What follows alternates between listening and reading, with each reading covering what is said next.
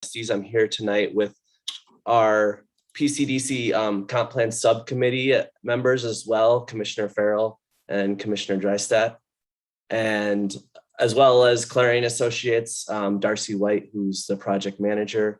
And I think I saw Joe Green as well. And so tonight we just want to provide the board with an update on where we're at in the process, share some kind of preliminary themes we've seen with this stakeholder engagement to date, and then get your input. So with that, I will turn it over to Darcy, who has a presentation to present. Great, thank you so much, Philip, and good evening, Mr. Mayor and members of the board. We're happy to be with you tonight and excited to give you an update on the process so far. I will go ahead and share my screen and we will jump in here, bear with me.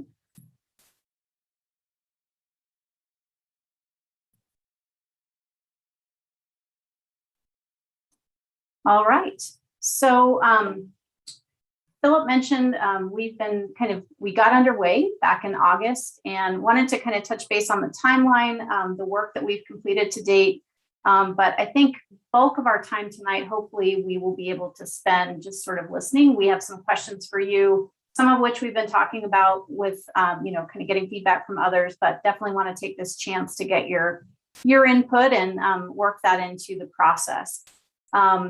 So we are kind of coming down the home stretch on our first phase of this project. So this was really our kind of foundational phase of the project. We spent a lot of time doing stakeholder engagement, which I'll talk about, and starting to think about some of those key trends and issues that we really need to be honing in on as part of this process.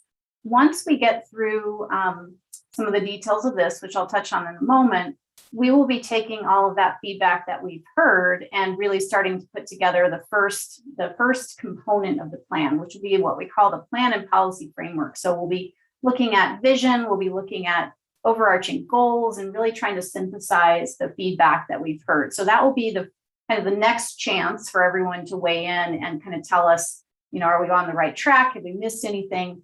Before we get into, in phase 3, the growth and scenario discussion. And obviously you guys have some unique considerations around future growth that will really be, kind of a core part of the conversation when we get into that phase. And I think a lot of folks are anxious to get to that phase and kind of talk about some of those issues.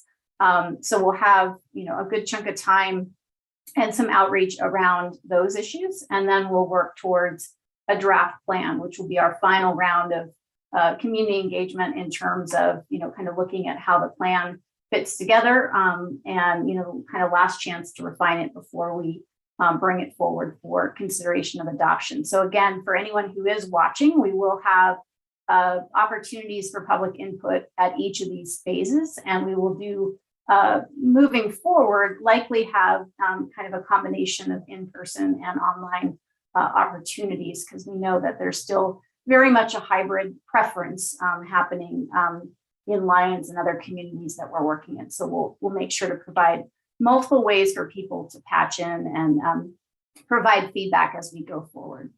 So phase 1 really had kind of a lot of pieces to it. So I'm going to talk about some of the core components here. I think one of the things we've been doing with the help of Philip and Jocelyn and Barney and others over the last month and a half really has been doing a series of interviews and focus groups with different stakeholders in the community. A good chunk of these focus groups have been with the boards and commissions. They're really kind of representative of, all the different issues within the community, but there have been some others as well. So we have just last week actually did 2 larger focus groups with the business community, one in person at the library last Thursday night, and then we also did a kind of midday option. And we were fortunate to have Paul from the EBC help facilitate those for us. So we were grateful to have his support and the support of others in putting those together and kind of getting everybody to those conversations. So I think all told, we've had about 22 different focus groups. And I think last estimate, probably spoken, kind of small group style with in the range of 50 or so people that way. So that's been tremendously helpful to us to kind of get grounded in terms of the work that everyone is doing. A lot of the progress that's been made since the 2010 plan was completed, but also most recently since the flood recovery efforts have begun. And so much has happened since that time. It's been definitely kind of a getting caught up on all of the great work that the teams have been doing, and your staff as well. So one of the other opportunities we have out there now, which we launched in early October, is what the Lions Community Survey. And so this is really intended to be for the community at large. Philip and Kim and others have really been, and the PCDC members have really been helping us try to get folks aware of this and encourage as broad an input as we can get. This is really what we're going to use to help ground the process, to kind of help vet the existing goals and policies that you have, and really think about, where does the community want to go moving forward? So this is so important for us to really inform the process. As of this morning, we've had 332 participants. So we are, kind of in a solid range there in terms of representation for a community your size, but obviously we want to get as much feedback as possible. So want to make it clear, if folks are listening and are still interested, this will be open through the end of the month. So plenty of time still to fill this out. And again, it really is kind of a foundational piece for this process. And we really appreciate everyone who's taken the time to do that. We will be publishing kind of a comprehensive compilation of the feedback that we hear. It is all anonymous. So if anyone's concerned, we're looking for your honest feedback. We're not going to share names.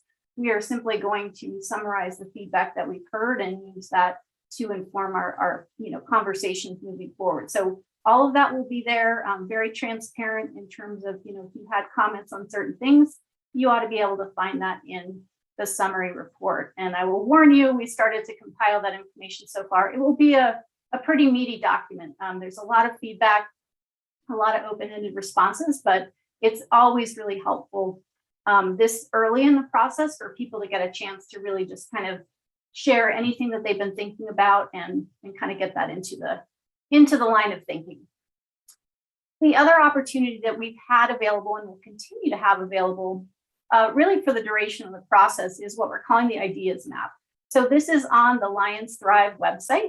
And this is a place where people who maybe are more visual or just have kind of a single idea about something that needs to be addressed or they'd like to see change can post their ideas. And so this is another case where if you really don't, you will have to log in to actually, post an idea, but feel free to use a anonymous name or something else if you don't want to share your specific information. But we also appreciate all of the feedback that we're starting to get this way. So people were a little more hesitant to start to use this tool, but I think as we get more traction, this will be really useful for the process as well.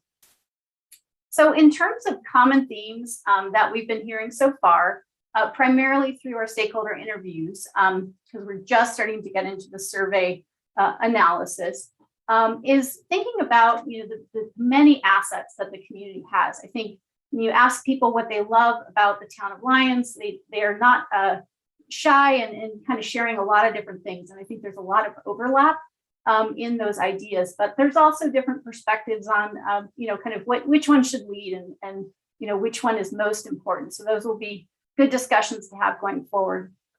Putting resilience kind of front and center in the new plan is something we've definitely heard as a theme. There's been a big focus, obviously, on flood recovery and that aspect of resilience. But wildfire mitigation, those types of issues are also a big thing. So people really understand that, this needs to be a core piece of our plan moving forward. There's also has been a lot of discussion, and I think a clear recognition that because you are a small community, you have limited resources, the role that your boards and commissions play, the role that volunteers play in helping to move the plan forward is tremendous. And so we need to really make sure that the plan helps facilitate that and support that and kind of help people understand the different roles and responsibilities that each of these groups play along with the town. And along those lines, I think the other thing that we've talked about with the various groups has been that there is a huge body of work that has been developed over the last 15 to 20 years, really, in the town in terms of different plans and studies, a lot of them over the last 10 years specifically. And so we really need to build on that work, but also identify those gaps that we are seeing and think about how the community is today and where you want to go with that. So even if we have a good foundation to build from, there are going to be some changes and we want to make sure of that. But we want to reassure people that we're very aware of all the work that's been done and we're using that as our starting point. So in terms of differing perspectives, I think, we haven't gotten too deep in this yet, since we've been having some fairly high level conversations about where people want to go. But I think, we would anticipate and have had some initial conversations that, we're not likely not going to have an easy consensus on some conversations about where and how the town wants to grow. Different people have different ideas. And those will be, that's really kind of going to be the meat of the comp plan, is helping you figure out where you can accommodate future growth. What does that look like? And what's it going to take to kind of support that moving forward? So those will be important conversations. And we think where a lot of that community feedback and dialogue is going to be especially important. I mentioned earlier kind of the different perspectives on kind of what should lead. Are we a town that's based on our history, our environment, our economy, depending on who we talk to, there's a lot of different ways to look at that. And I think those all fit within the vision. We just need to work with the community to figure out how to frame that in a way that makes sense to everyone.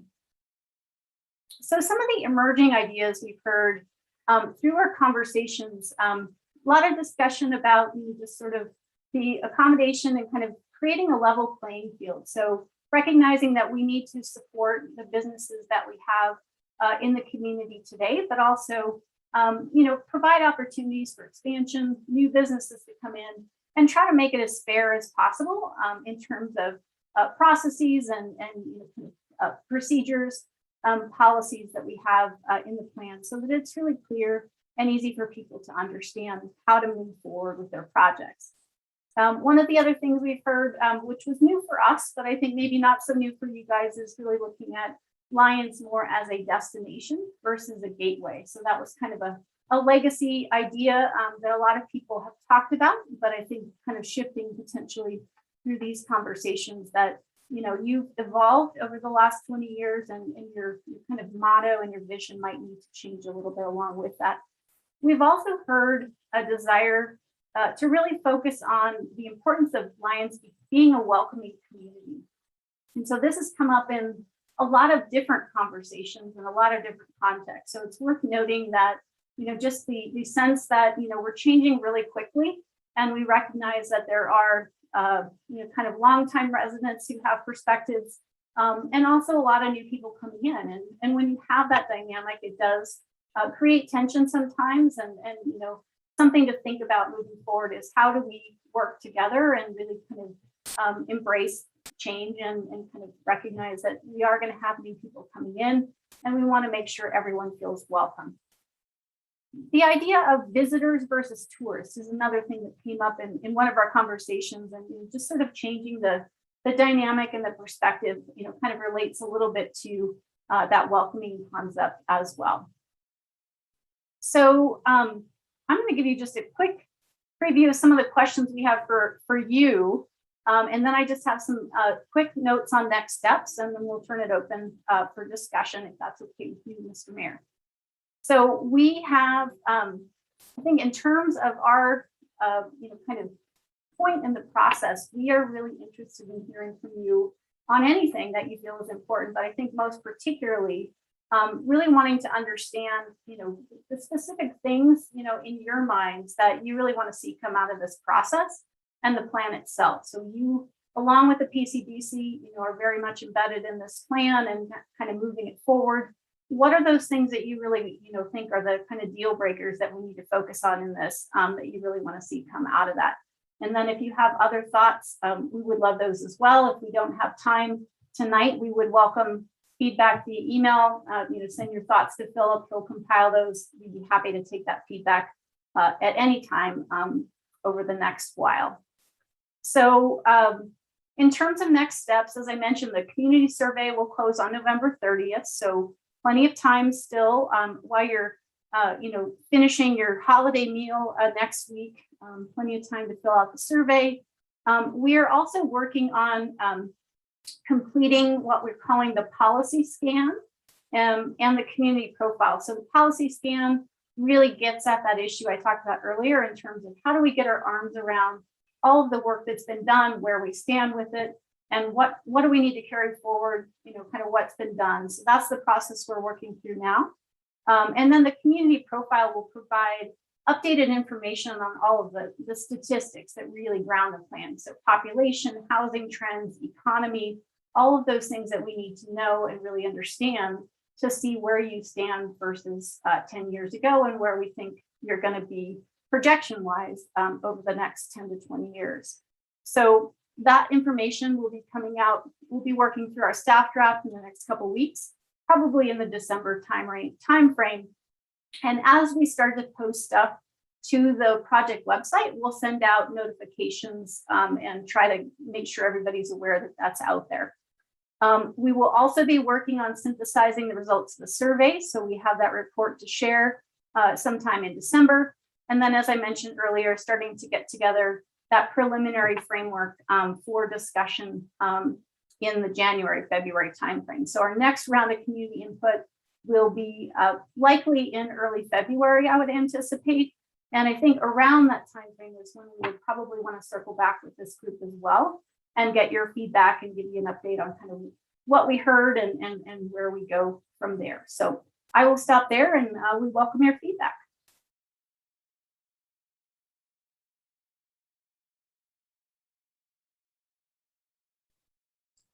Thank you for a wonderful presentation, Darcy. First of all, I think 332 surveys have been submitted already. In past comprehensive plans, nowhere near that many people participated in the process. So I think that maybe because we can't all get together, but you've come up with the idea of doing surveys online, that we're actually getting much more participation in the process. And I think that that is a terrific advantage. I'd just like to bring up a couple of things. I don't think there's a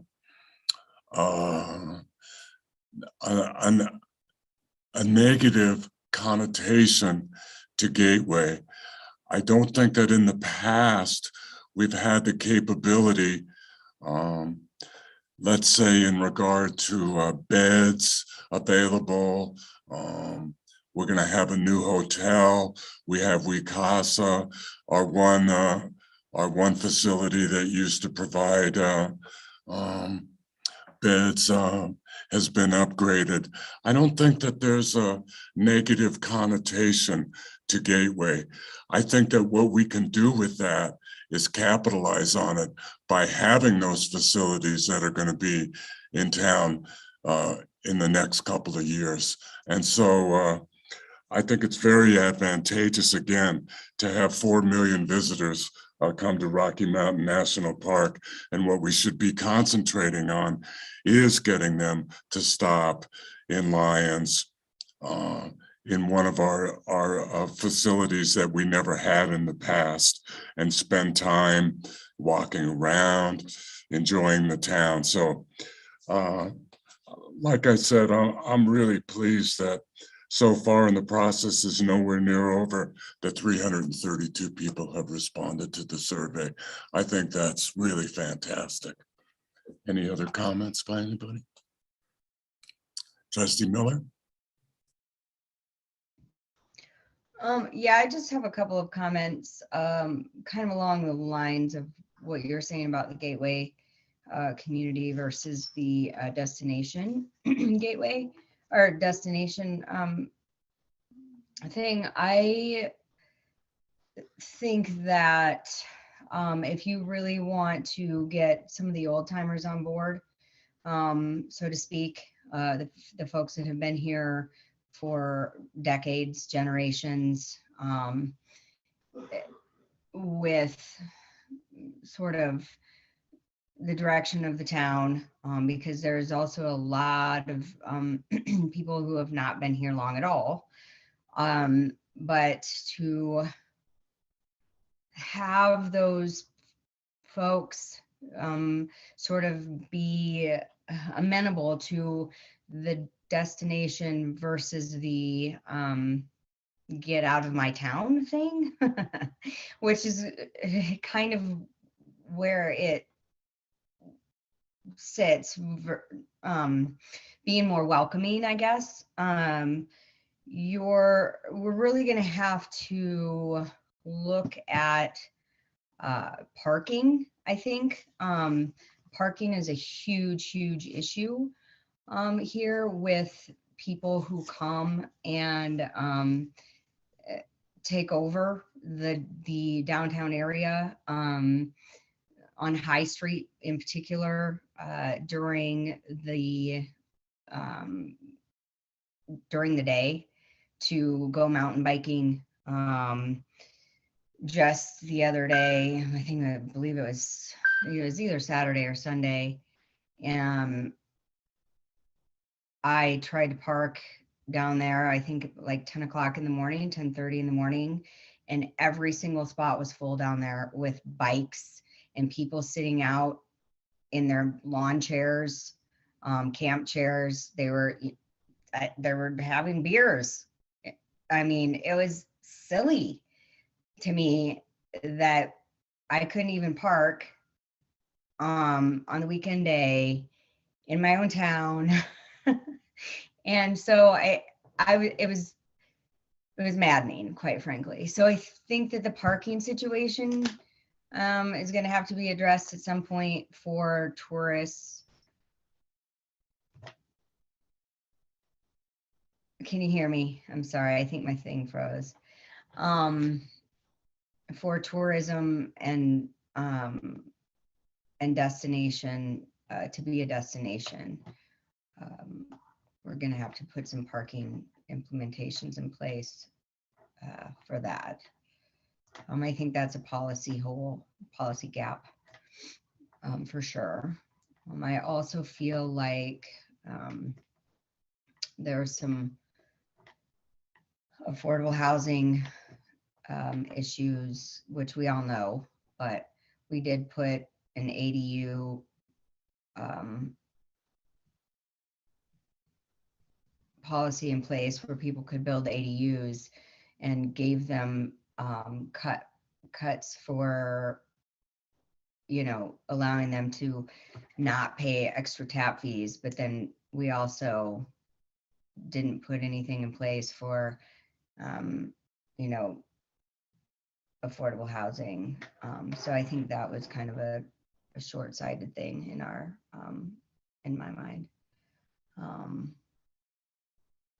So that's just a couple of comments that I have about the. Thank you. Further comments?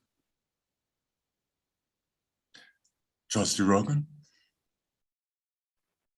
Thank you, Mayor. Excuse me. Thank you, Darcy, for that presentation. It's great. Really appreciate it. So I have a comment and a question, and the comment is about essential services in town. So as you may know, doctor, pharmacy, laundromat, the services that really make a town self-sufficient. And I'm hopeful that our residents will raise that during the engagement, during the surveys. But how can we make it possible for those services to return to the town? And maybe a bank, who knows whether Bank of the West is going to reopen or when. And then a question for you. So 332 people responded, which is so great. And I saw Dave Hamrick harassing my neighbors with door hanger tags just the other day. So do you have any information about the demographics of the respondents, age, anything like that? Great question, Trustee Rogan. We have not started to dig into that yet. We should know in the next day or so. We literally just started digging into downloading stuff today. So we can, we'll know more on that soon, but we do not know offhand. Thank you. Further questions? Trustee Lowell? Yeah, thank you. Thanks, Darcy, for giving us the brief tonight. On that survey, it just occurred to me when Trustee Rogan was speaking, is the survey closed right now? No, it is open through the end of this month, so through Okay. the end of November. Okay, all right.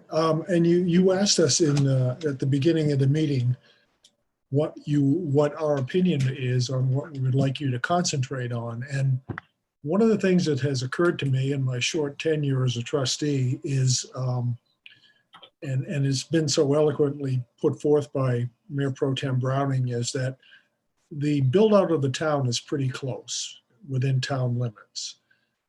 The possibilities for annexation, we all know it's Apple Valley, the Eastern Corridor, and the South St. Vrain. My question though is, are you going to address the eventual stagnation of things like tap fees, water and sewer tap fees, building permits, additional property taxes that the town depends on? Is there going to be some sort of an alternative offered to the philosophy of grow, grow, grow, and of course with it all its attendant downfalls? I hope that's going to be addressed in the comprehensive plan. What is going to happen when this town has no more room to grow, when annexation is not possible? We already know the attitudes of some of the residents of a couple of the planning areas. So I'm hopeful that the stagnation of growth is somehow going to be addressed, and what are the alternatives to keeping us solvent financially?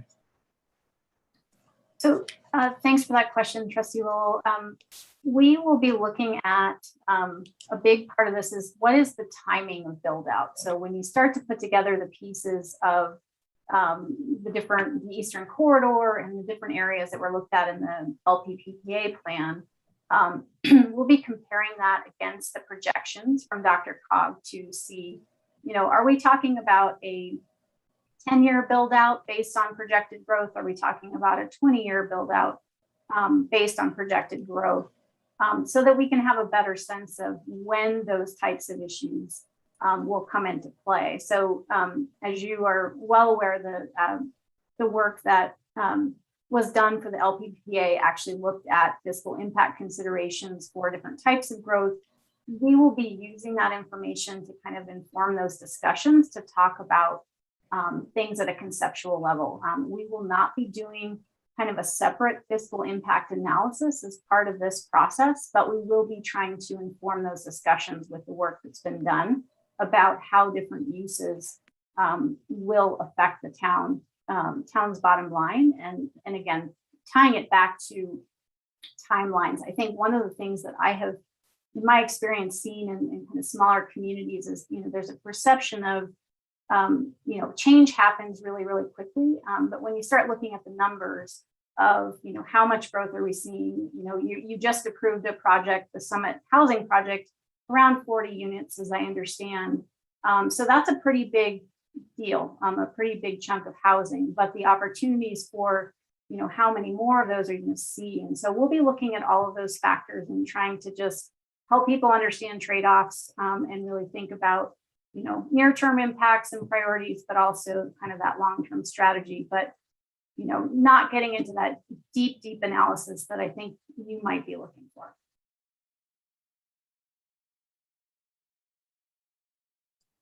Further questions?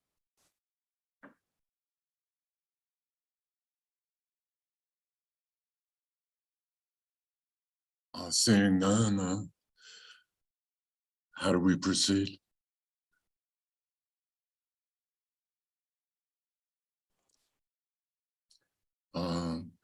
Commissioner Farrell, you're muted. There Thank you you. go. You Appreciate bet.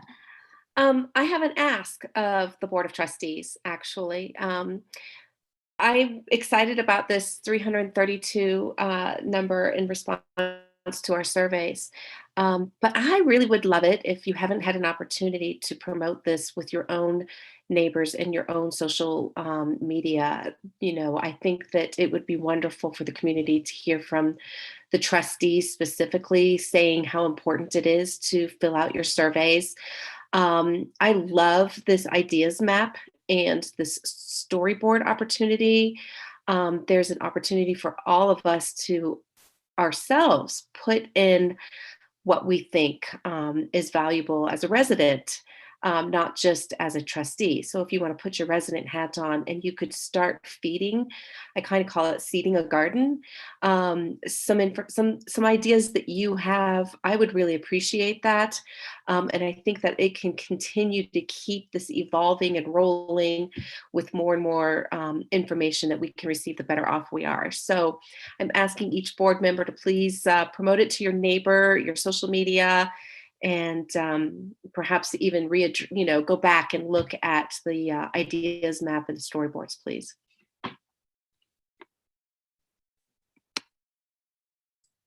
Let's get to 1,000 responses. Any other comments? Planner Strom. Oh, yeah, seconding Commissioner Farrell's request to just push the outreach. We've been doing it with everyone in the PCDC. I think people have noticed that. And then again, feel free if you want to take some time to think about what gaps, you may have in policy gaps or any issues specifically you want addressed or are concerned about. Feel free to email me and I will make sure we get that to our team. Further comments by anybody? Mayor Pro Tem. Planner Strom mentioned gaps, and I think my opinion is the biggest gap in town planning, and that's what a comprehensive plan is. It's a planning document, has already been identified in my opinion. And I think it's referenced in the materials tonight in the terms of resilience. Now, resilience is like, I guess, sustainability. Everybody's for it, but it means a lot of different things to a lot of different people. I think that we've pretty much done, I won't say all we can do as to flood resilience, but that's been our emphasis for the last 7, 8 years, I guess it is now. And in terms of big projects and planning and stuff, that's been pretty well covered. I mean, who knows what the future brings on flooding, but I think we've pretty much done what we can on that. So I interpret the word resilience to be fire resilience. And my personal opinion is that we have more fire risk than we do flood risk at this point in this town. And I think the fire task force has already identified some gaps in our policies, and we don't have a wildland urban interface code. Our efforts on our own town-owned property to do fire mitigation there have been lacking. Whether our fault or Boulder County's fault or a combination of both, I don't think our efforts with Boulder County in the near outlying areas have been as comprehensive or coordinated as they should be. And to me, the whole rest of the comprehensive plan, you can talk about infrastructure and the Eastern Corridor and downtown design guidelines and urban renewal authorities that are on our, and all that kind of, you can talk about all that stuff all you want to, but if it all burns down and all that other stuff doesn't make any difference. Paradise, California may have had the best comprehensive plan in the world, and it's not doing a bit of good right now.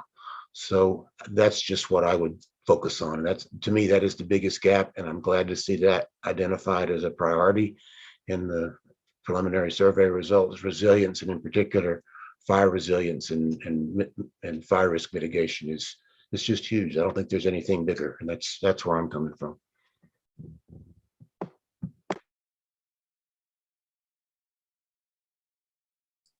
And the initial appropriation in the budget that we moved forward proves that, Mayor Pro Tem. Thank you. Any further questions, comments? I think the presentation was terrific. Again, I'm really pleased with the number of responses. I don't think we would have gotten that many if it were virtual, but we'll continue to get more responses. And I like the idea of that Commissioner Farrell came up with on us being a little more proactive in regard to generating as many responses as possible. Any other comments? Thank you again, Darcy White, Joe Green. I think it's terrific. I'm kind of fascinated that it's going to take another 10 months to finalize, but we'll have a great comprehensive plan by the time it's done. Thank you. Thank you so much for your time. Thank you. Okay, so I guess we'll take a break and get back at 7 o'clock. Thanks, everybody.